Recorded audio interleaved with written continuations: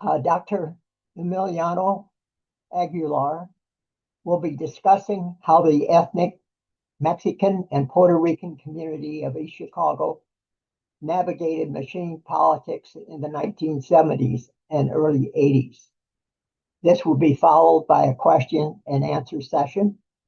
So, good evening, Emiliano. Hi, everyone. Good evening. Greetings from South Bend, where I'm a reluctant transplant from the region. Just give me a moment here to share screen for the PowerPoint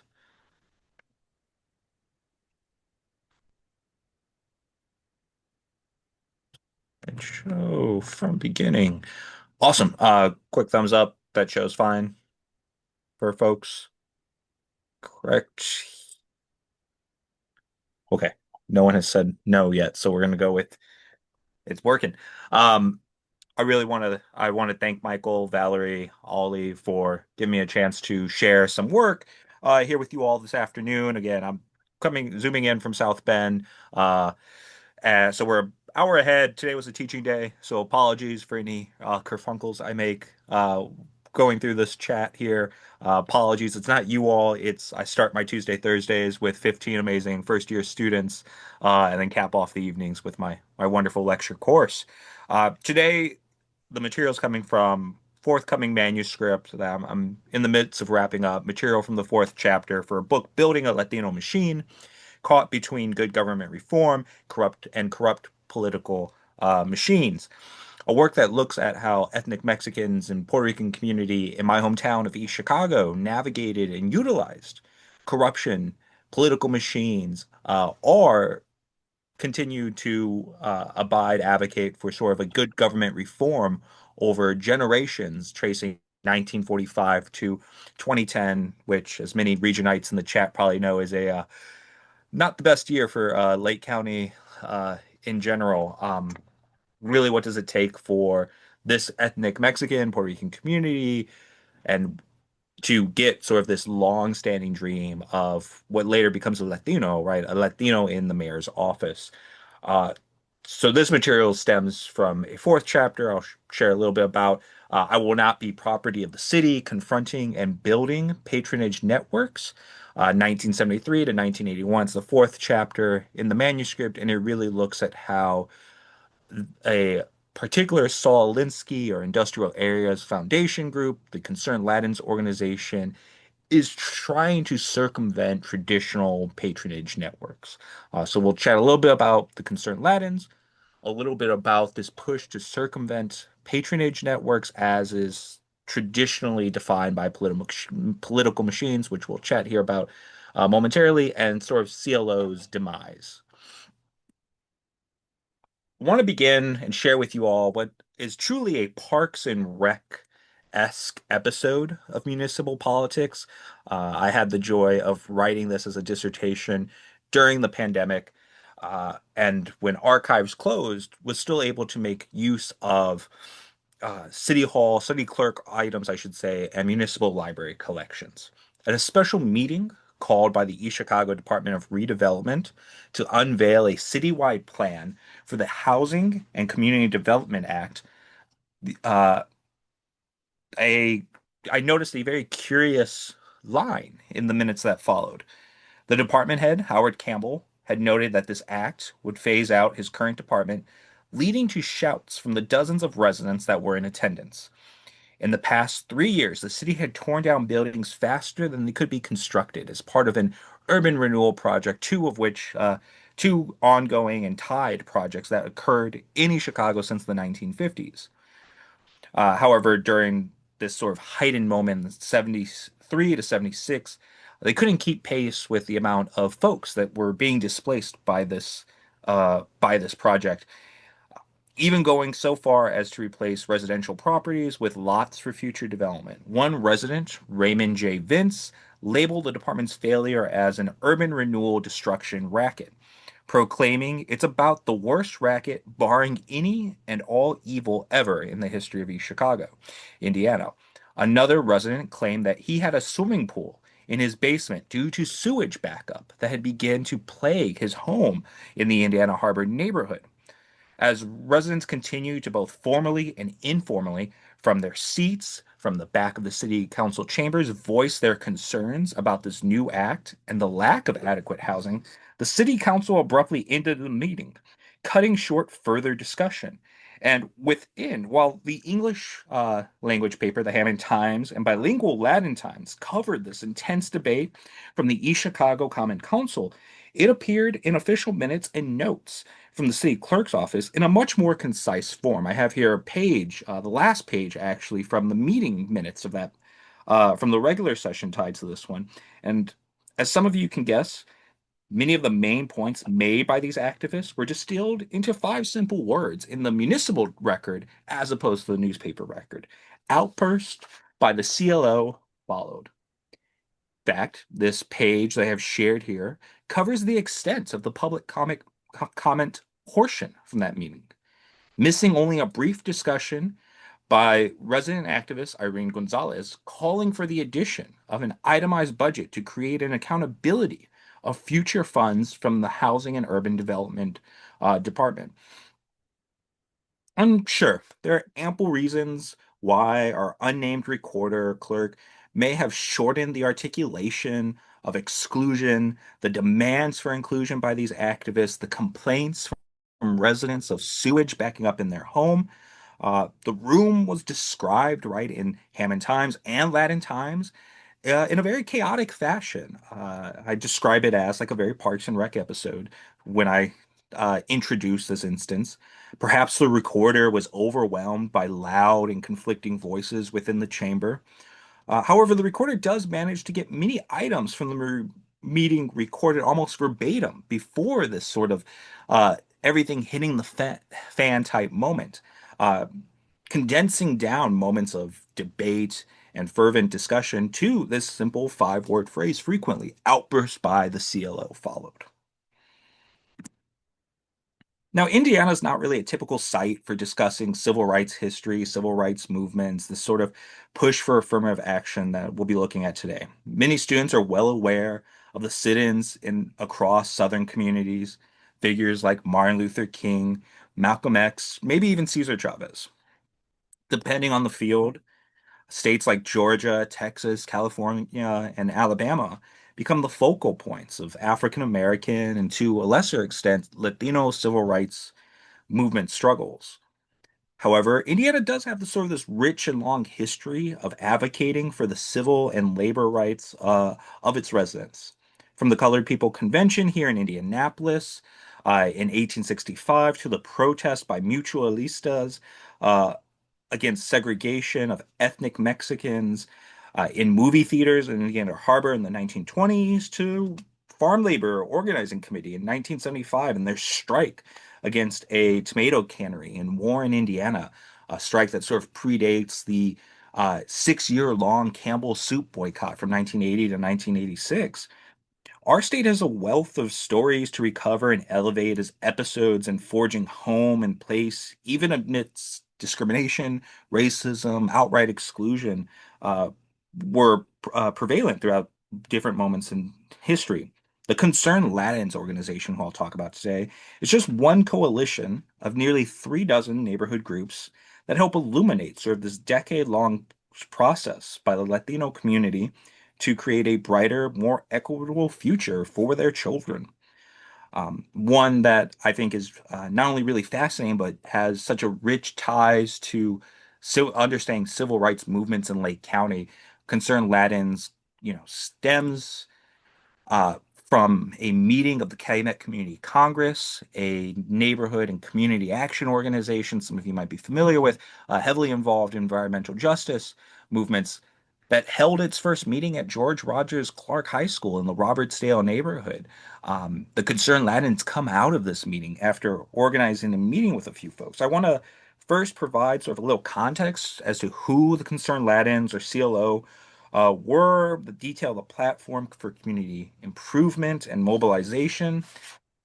CLO's inception was really intrinsically tied to both the Saul Alinsky Institute, later called the Industrial Areas Foundations, and Bishop Andrew Grutka, the first bishop of the Diocese of Gary. IAF focused on developing professional men and women who have one central skill and value, the finding and developing of a strong collective leadership. After determining if there was a need for an IAF affiliate in the region, the IAF signed a letter of agreement with the collective leaders to provide training. CLO formed along similar lines after Ernesto Cortez and Peter Martinez, organizers for the IAF, demonstrated to the Institute that there was a need for this in Lake County, Indiana, just over a state line, a few miles away from where the organization got its infamous start in Back of the Yards. Executive Director of IAF, Edward Chambers, signed a contract between his institute and CLO on July 28th, 1973, for a year-long training agreement between the two organizations.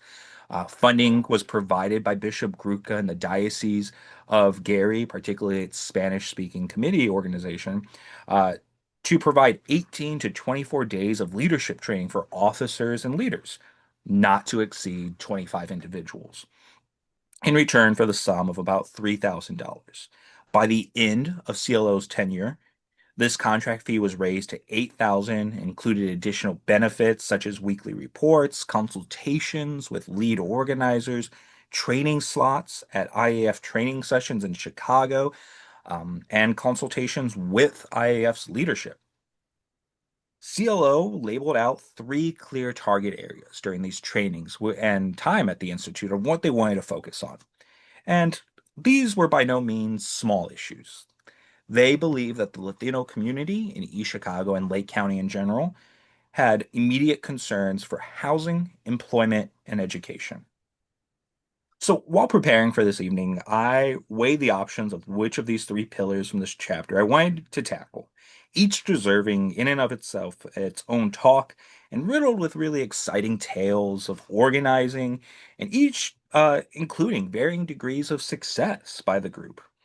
These three pillars were vital rallying points for our group of activists, and that is best understood by looking almost at our extensive set of characters.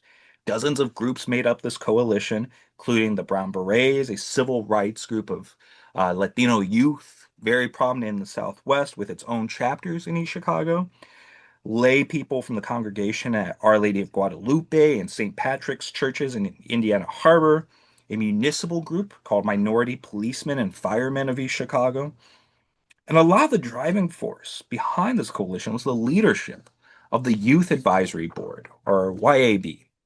This group, primarily parents of school-age children, had been active in protesting lack of recreational facilities in 1968 and 69 in the community of East Chicago, particularly in the Indiana Harbor neighborhoods, were involved in a walkout at Washington High School over the alleged comments by a school administrator calling Mexicans lazy and ignorant, a walkout and subsequent actions that lasted a month throughout the fall of 1970, including parents deliberately keeping their kids from school and what the Hammond Times labeled sort of bouts of Spanish flu or the brown flu, depending on the editorial.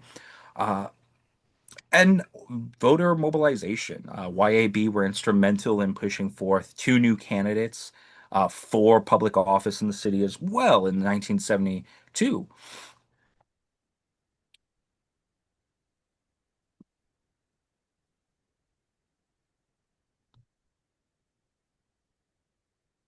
The instance I've decided to really focus on today, and we'll chat here a little bit about it, is the firefighter example, which is tied to employment.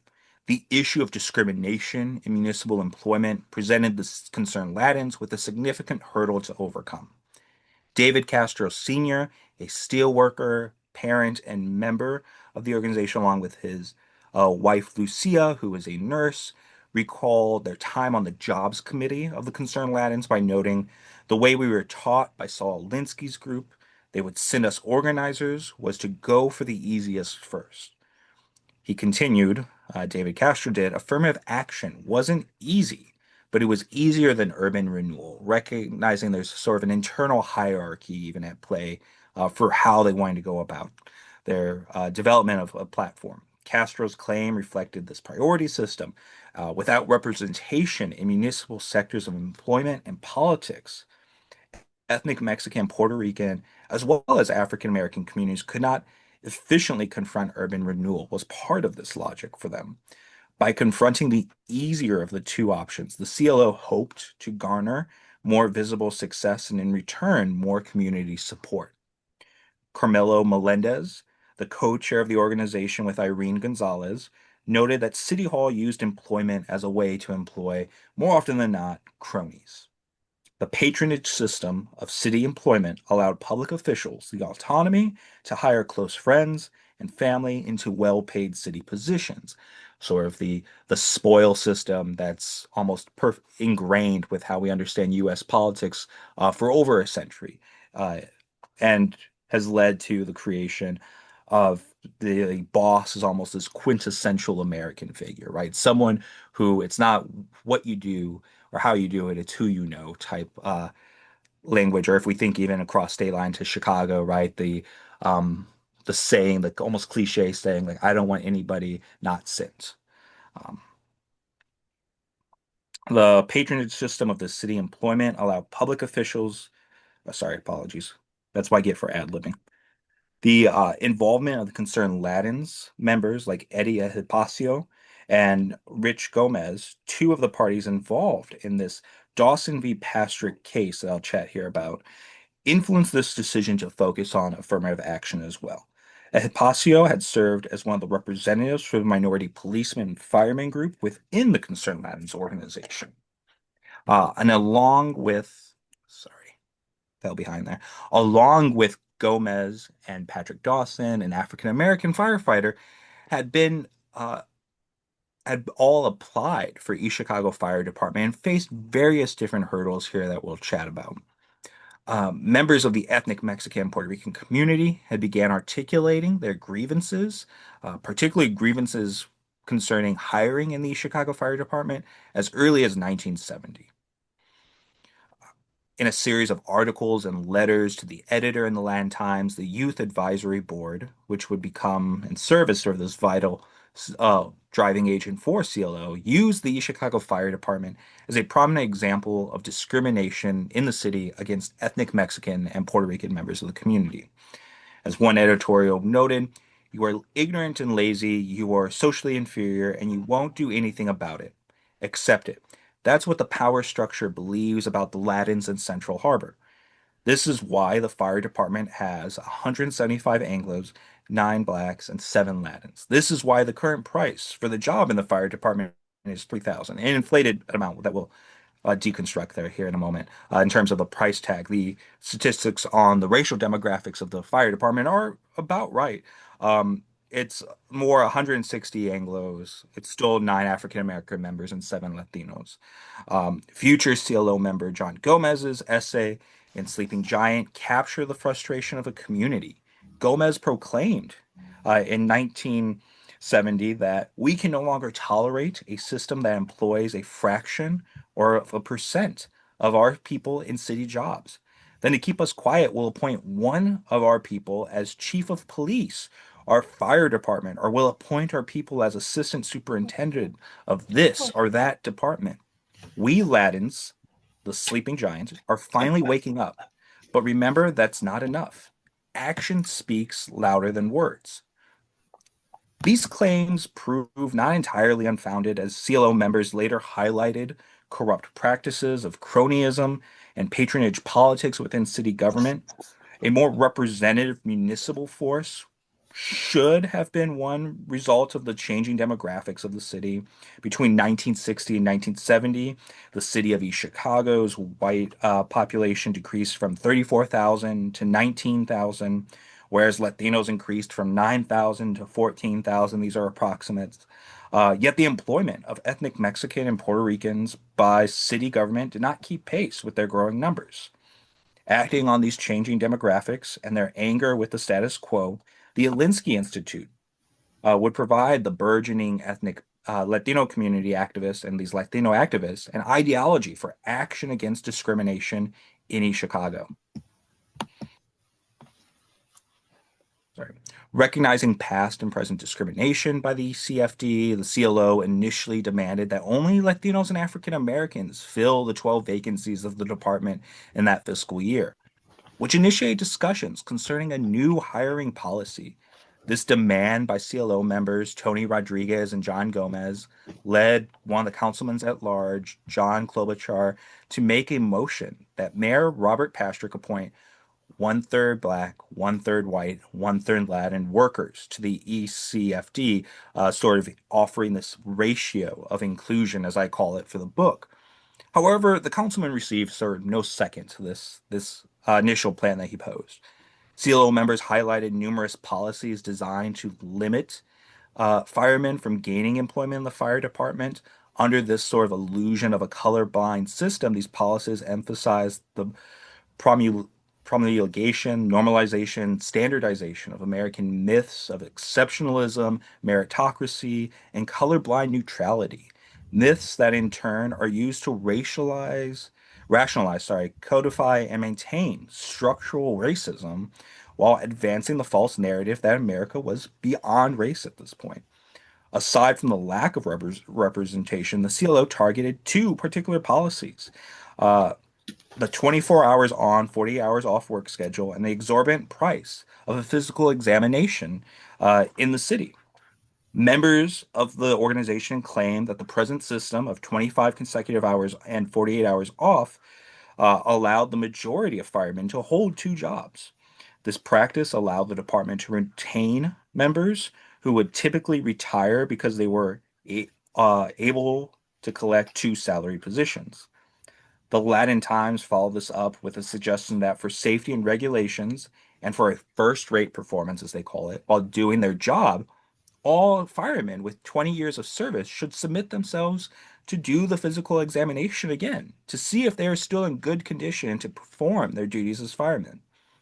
This policy also would force current firefighters to realize how expensive the fee for the physical exam was, ranging as members contested in this Pastrick v. or Dawson v. Pastrick case from $200 to $400 in the 1970s.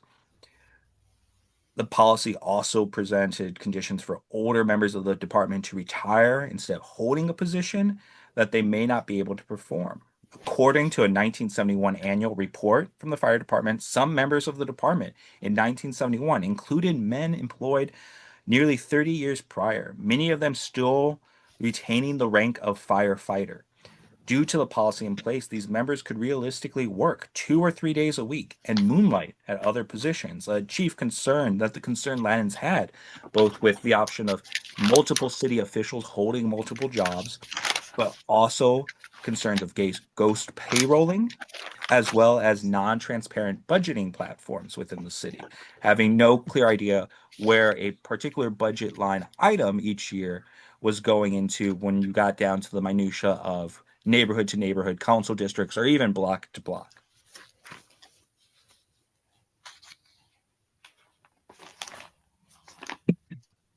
Despite some significant progress in improving local conditions, such as the establishment of the state's first bilingual program, one of the chief pillars of their education activism, or creating an affirmative action hiring plan, both simultaneously within the courts that sided with African American and Latino firemen, but also within City Hall, where CLO activists not involved in the suit pushed and continuously pushed for revisions of a city ordinance aimed at affirmative action hiring. The organization experienced a decline um, within a few years. IAF organizer Pete Martinez attributed this decline to the debate over forming a multi-ethnic organization across the entire county, effectively a moving CLO's success away from just East Chicago and neighboring Gary to expand south of Ridge Road into communities like Highland, Griffith, with an eye towards even the growing community of Maryville. Industrial Areas Foundation wanted this to become a citizens organization rooted across the county as opposed to just sort of these two industrial towns. Um, Concerned Latins organization also bumped heads over push for new multi-million dollar contracts for city buildings, when Governor Bowen arrived to Chicago to discuss the urban renewal project. A scuffle erupted between members of the Concerned Latins organization and Lake County Sheriff's Department when a Lake County officer had pushed one of the pregnant women attending the event, leading to the arrest of two of the Concerned Latins members. Um, there is sort of this limitations to the activism that they were able to accomplish in such a short time still. Martinez had advised that the two organizers tied to the Industrial Areas Foundation should resign. Particularly resign if the concerned Latins did not want to move beyond the single party or the single ethnic group organizing. More importantly, without being able to organize a multiracial group in Chicago, Pete Martinez went on to say there is no power in an all Latin organization, that it's not sustainable for the community. Martinez also noted that Irene Gonzalez mistrusted the two organizers he had working with the group, and that if Gonzalez did not change the organization's mind, then IFA should break the contract. And there's a lot of reasons, and I've gone back and forth in the book and subsequent drafts since dissertation on is it really just sort of the split over the expansion of the group, or is it something more? Um, Shortly before this, the Concerned Latins organizations granted a new director that they're working with, Leo Arnault, who had spent years organizing in Appalachia with particularly former mining communities in the mountain region. Martinez had framed very simply to Arnault. These are in letters that are now at University of Illinois Chicago and IAF's records.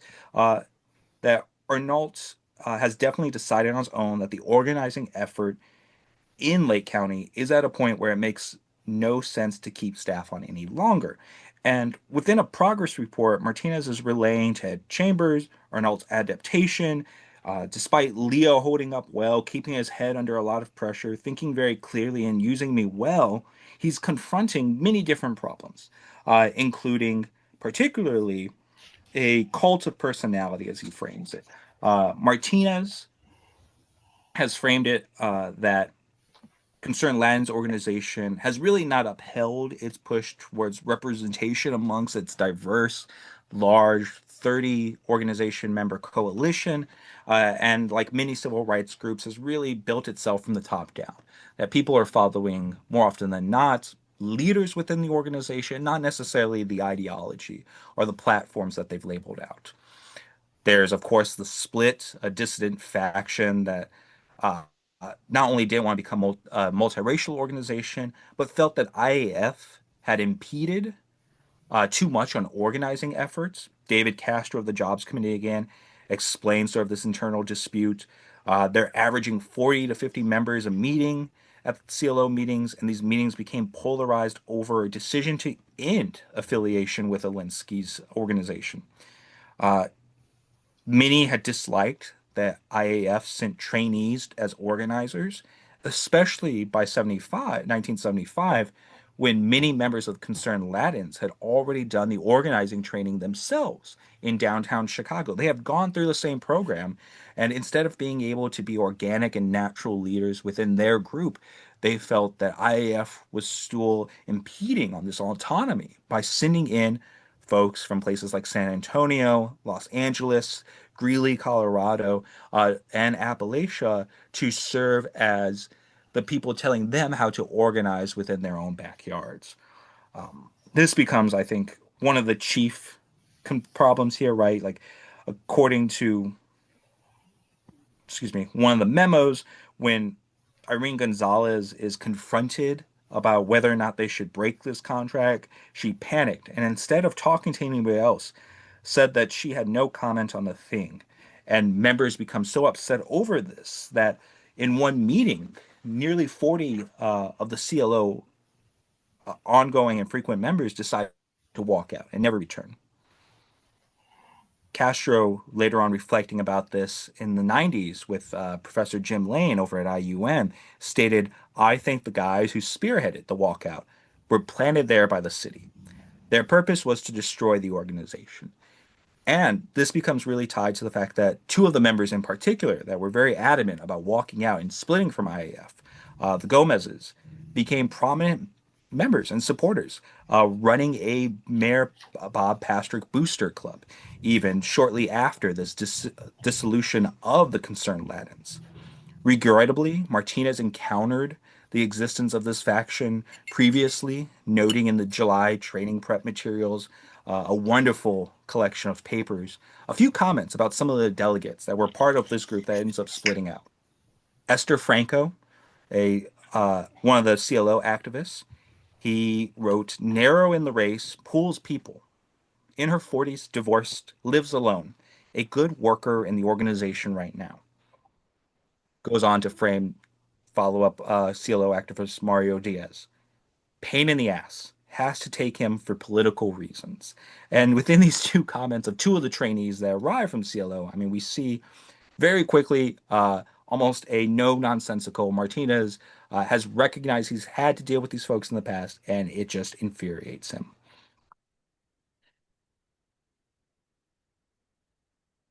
And this co-optation by municipal politics, I think, becomes one of the key reasons many members of the Concerned Latins reformulate post-1980s as Hispanics for Justice in the wake of Babe Lopez's murder, as well as the assassination of Jake Given, retaining a lot of similar messaging of their earlier years, advocating for good government reform, transparency, municipal budgets, as well as going so far to say and demand external enforcement of local law enforcement agencies, smelling sort of corruption or collusion or some sort of hidden conspiracy almost behind every corner. Whether or not that's rightfully so or not, it's totally up for debate.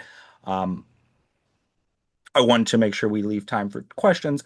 Um, I want to conclude sort of this one with two brief notes. The multiracial coalition bit, I think, becomes such a telling story to understanding the civil rights movement.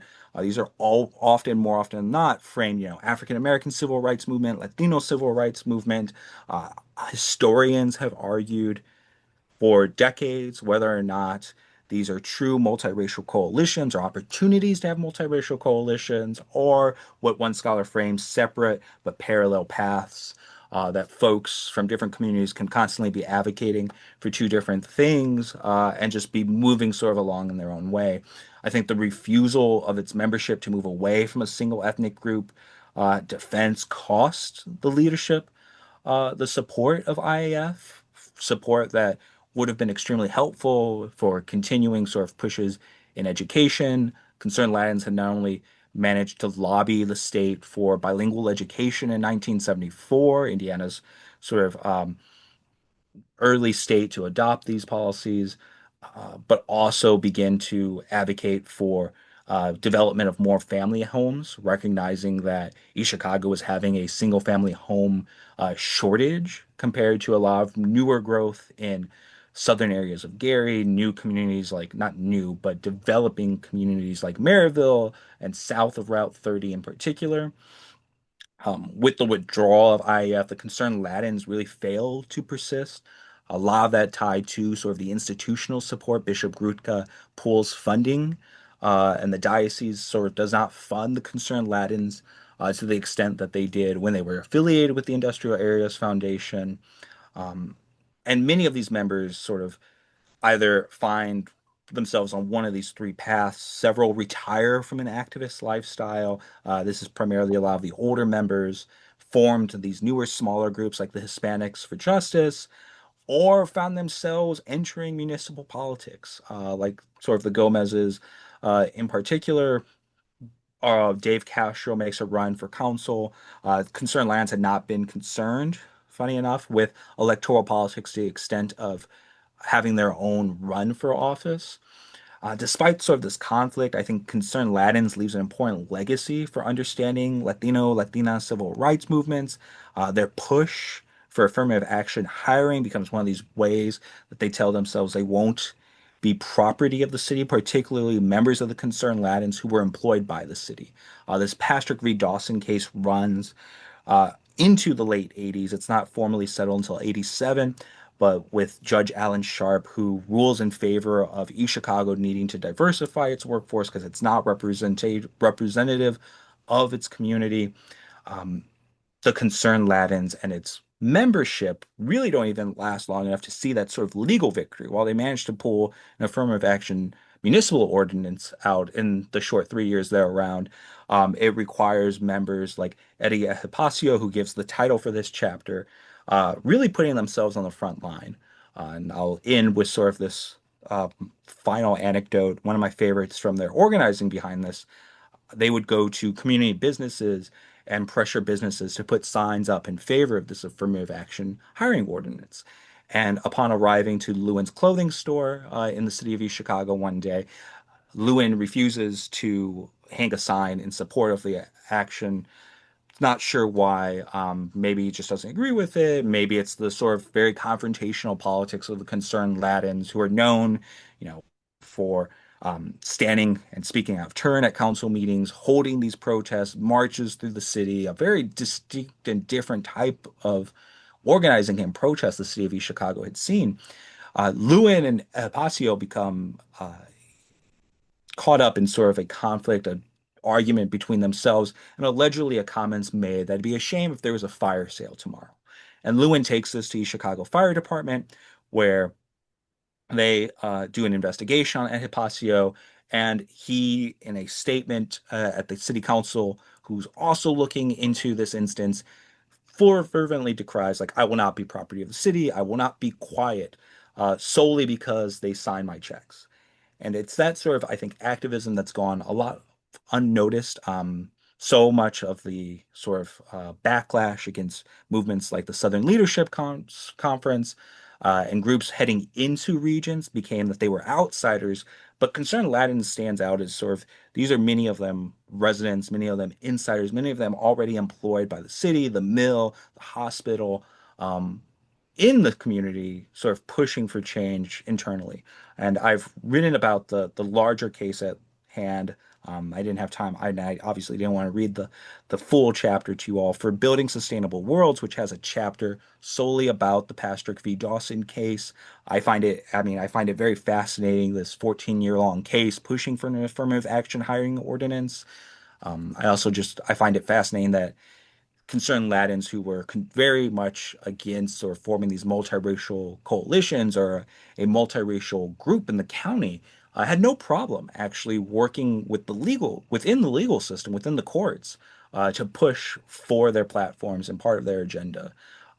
So happy to send this along. I include my email here on the slide. If anyone would like the chapter, I'm not saying you have to buy the book, but I'm more than happy to send you the chapter for free if you're curious to read more about the case. Yeah, so thank you all so much for letting me uh, belt out a little bit of this chapter in progress. I'm in the midst of the revisions. It's due back to an editor at the end of the calendar year, so it's all over the place, I feel like right now, and I skipped over a few parts that I think don't belong in there anymore. But yeah, open to any and all questions, and I will stop the share here. I have a question. Can you hear me? Yes, yeah. Yeah, I'm Mike Galvin. I wrote for the Times from 71 to 73, and our beat writer over there was Tom Katinsky, who actually lived in the harbor. At the college, it's interesting where Irv Lewin was our board president. And now I worked with Tom in the newspaper, and we got involved in open housing cases and all kinds of things. But did you ever contact someone like Tom? He's out in Montana now. He's the publisher of the Montana State newspaper. I mean, I think he'd be a great resource for you because he was the beat writer. He lived in the harbor. He grew up there, and he wrote every day about these issues from 70 to 73. Then we had a strike, and our newspaper staff just dispersed. But he was the heart of the coverage in that era. And I covered Pastrick and Nicosia, and we had five mayors indicted in that era. It was almost always about federal kickbacks and housing funds and contracting and the Saul Alinsky was very active in lecturing at our college at Calumet College, St. Joseph's, which was right across the street from Irv Lowen's store, which often was the place where politicians met. So it's the the whole thing is so connected. It's amazing to me, so. Yeah, thank you for that. I haven't thought of contacting Tom or speaking with any of the beat journalists, but it's true. I mean, I really appreciate so much of the extensive coverage that you all, the Times in particular, did as a way of balancing out almost like the gaps in the city council meeting minutes. I mean, I cannot tell you how often, particularly during this period of the 70s, 73 to 1980 in particular, that council meetings weren't held because there was a lack of quorum. Quite often, and actually Tom mentions this in one of his coverages, quite deliberately, like deciding not to have a quorum of council members because of a controversial issue that would be coming forth. Um, this happens actually with Pastrick's $14 million expansion project for municipal buildings. They don't hold a city council meeting minute for 5 months.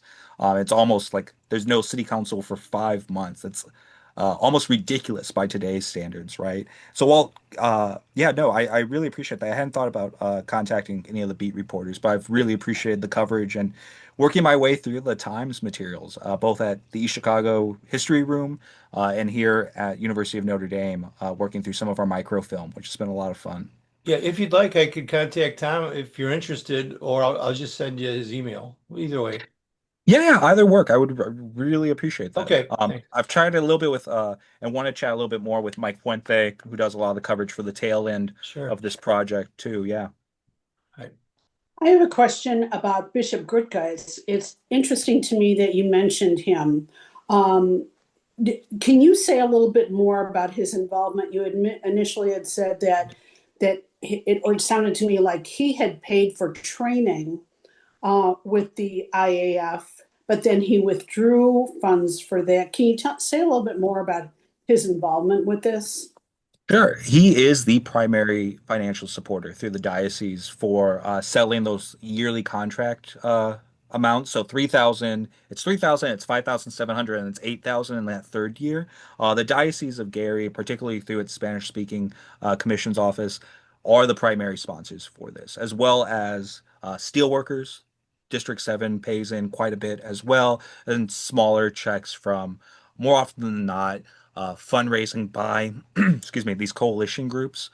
St. Patrick's boosters contribute a couple hundred here and there. But Grutka, I think, unfortunately haven't been able to find evidence of this, really does see it as a way of extending Saul Alinsky's activism that many members of the church, right, had seen so successfully in back of the yards, but also nationally in communities like San Antonio, where COPS had been pushing against urban renewal and flooding legislation to combat sort of these historic floods on the west side of San Antonio that occurred for decades, sees it as an opportunity, right, to mobilize many of the faithful members of the diocese.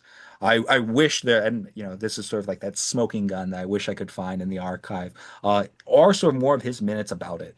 Really, the extent that is at the Calumet Regional Archives as well as at the University of Illinois, where the Saul Alinsky Institute, the Industrial Air Foundation's papers are just his brief letters of support and checks. Like encloses the check for X amount. But the concerned lands would not be able simply to have paid the fee with IAF without the diocese and Bishop Grutka's support. Can you say anything about the Diocese of Gary supporting work like that after the CLO?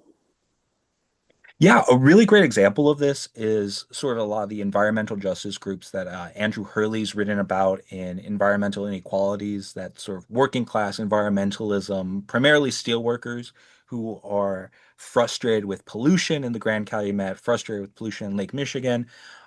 There's similar funding opportunities, similar hosting opportunities of some of these groups like CARP in Catholic spaces in some of the parishes in the diocese. Even concerned Latins are allowed to use sort of the basement of Our Lady of Guadalupe and St. Patrick's as meeting spaces for hosting even these trainings, but also hosting their meetings. There are also central sites of where they do organizing. Sign construction becomes a really fun one that they're doing as well in these spaces. But yeah, I haven't gone too far past the 70s as far as the diocese and Okay. support of these organizations at large. I'd love to. I've joked with a lot of folks, particularly at Cal College, that I have two current ideas of projects and two projects that I do need to wrap up with folks this year. But one of my dream ones is sort of to rewrite the Calumet region by Powell Moore, make it much more concise, but also there's a lot of history because that book ends in the 50s. That's post 1950 that needs to be documented across our Calumet region for sure. And I'm sorry, what's the name of that book? The Calumet region, Powell Moore's the Oh, Calumet region. Yeah, it's this definitive textbook of the region done 50, I want to say 57, 58. So it's been a long time coming for someone to, I think, rewrite it, not rewrite it, but reconceptualize how we're telling sure, the sure. region story. Well, good luck with that. I applaud your your efforts to do that. That sounds great. Thank you. I have a question or two. As a fellow historian, I'm Yeah, of always course. fascinated by, the process of research for different types of projects. Now, you mentioned the archives room that you've been working in. Um, what were some of your most valuable sources, surprising sources, and are there any questions that you weren't able to answer as adequately as you'd like? Yeah, so I think one of the most surprising stories, one of the members of the Concerned Latins was a professor in the region for a long time, Nick Canelos, who taught at IU Northwest. And he had a theater group who these were mainly college students and high school seniors and juniors who wrote songs critiquing uh, Bob Pastrick, critiquing East Chicago, Oh, critiquing wow. um, and I went to University of Texas Austin for a separate thing I was looking for and found the lyrics and the sheet music to these songs in Austin. And it was this really wonderful reminder, right, Oh, that our archives aren't necessarily limited to our immediate locality. I think it surprises all of us, right, where we find things and where things do end up. The fact that the sheet music and these lyrics had ended up in Austin of all places, was so amazed by. I later on found out, part of this is because Professor Canelos left IUN and went to Houston, where he is still, I think he just became an emeritus professor there not too long ago. Um, but yeah, I never would have thought, I think, to have tracked these down or hoped to have found them. And it was very serendipitous to find them. So I think those were probably one of my favorite bits of collections I've done because of the pandemic and archives were closed for the longest. Most of my dissertation research, as opposed to like the book research, was done in places that didn't close during the pandemic. City Hall, City Clerk Office, the East Chicago Public Library.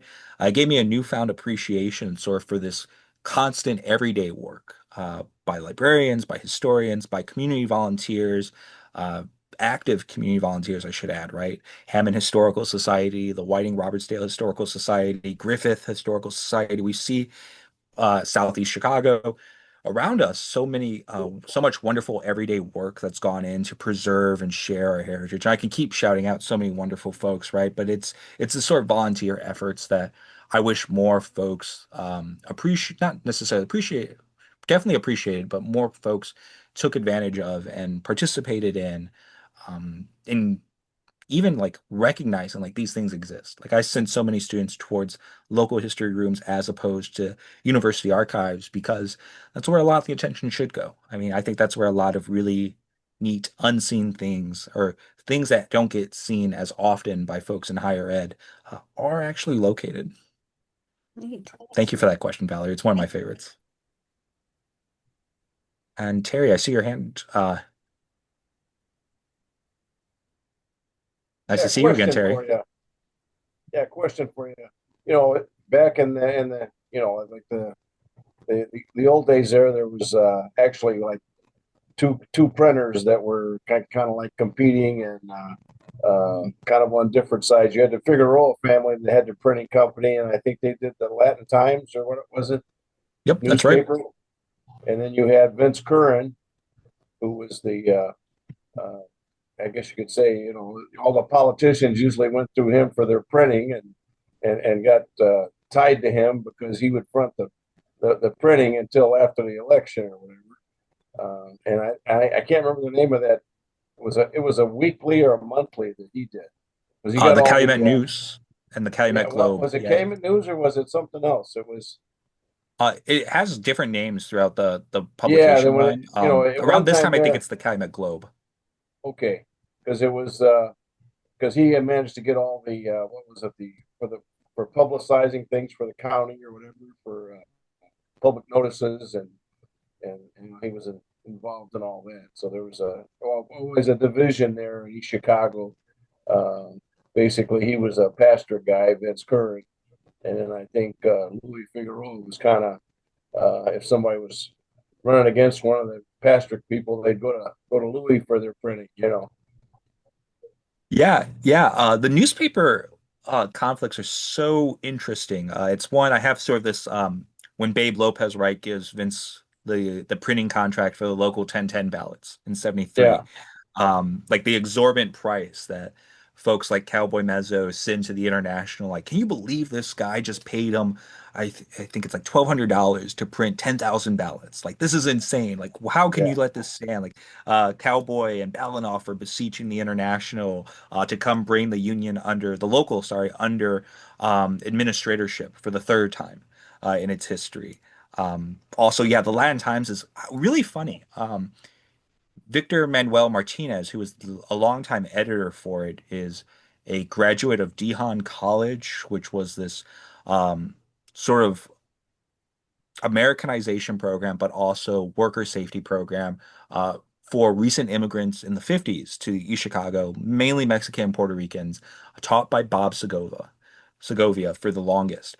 Um, and there are several folks who have since written letters and chatted with me, some off the record, that Victor Manuel Martinez really only printed whatever Bob Segovia told him to print. That whether sometimes it was very pro-Pastrick, sometimes it was very anti-Pastrick. It was definitely always anti-Nicosia, particularly after 1970, and it was always anti-Jarris in many regards because Walter Jarris removes the first democratically elected Latino in the state of Indiana, Joe Maravilla. East Chicago, for a brief time, 2 years, had an elected school board in the 50s.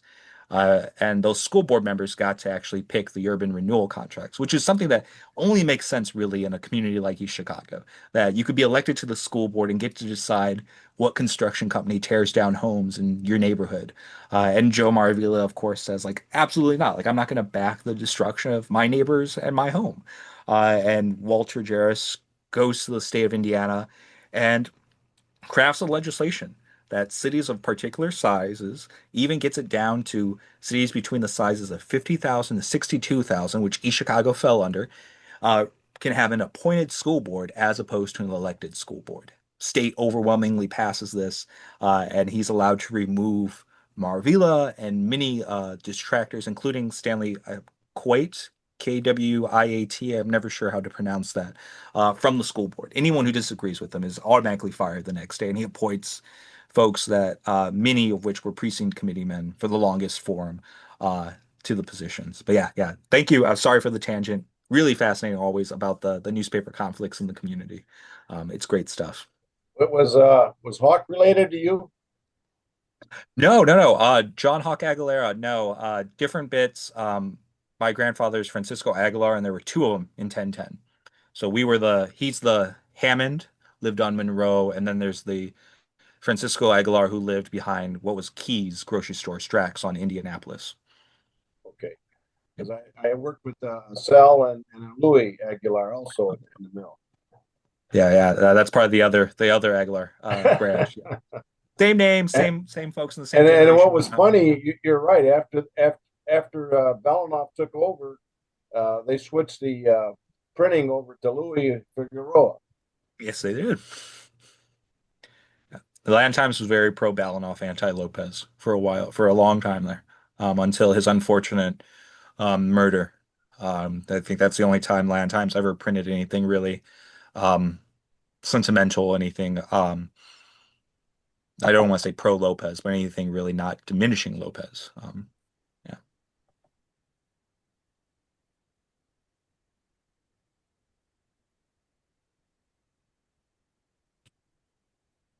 Sorry, just checking the chat. I don't see any other questions in the chat.